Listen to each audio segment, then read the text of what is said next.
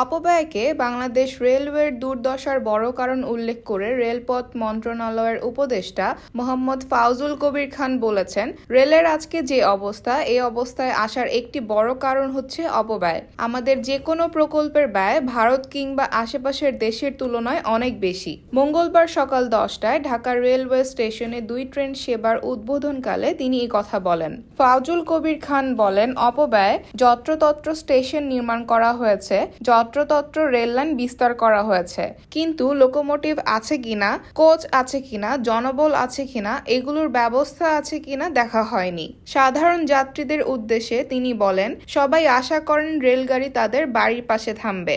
আবার তারা এটাও চান দ্রুত সময়ের মধ্যে পৌঁছাবেন।